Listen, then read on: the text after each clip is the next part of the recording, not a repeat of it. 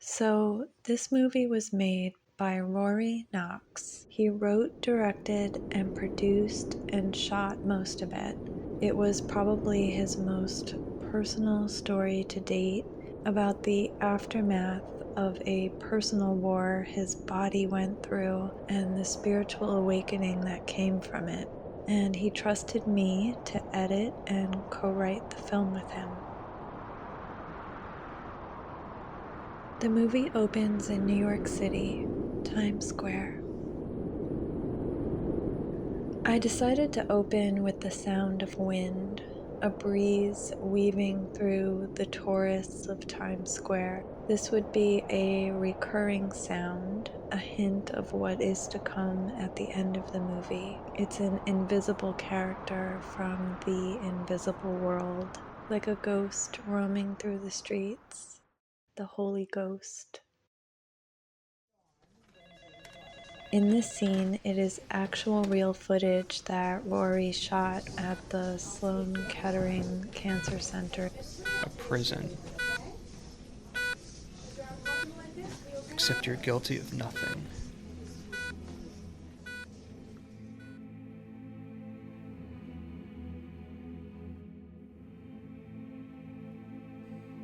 When you have cancer, it's like you're no longer part of the normal population. You're part of this group of people every human being prays they'll never be a part of. When Rory and I discussed the project, he told me that he was inspired by the 2011 movie Tree of Life with Brad Pitt and Sean Penn, and he wanted his film to have that same kind of meditative, spiritual feel. When I revisited Harmony Korine's movie, I noticed it opened with a Bible verse.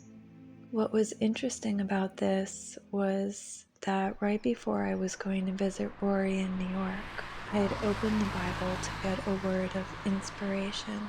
I opened it right at John 11:11, where Jesus is going to see Lazarus, who died 4 days earlier, but he refers to his death as a sleep.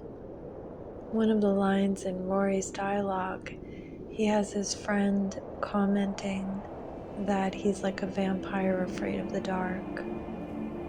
You're like a vampire that's scared of the dark.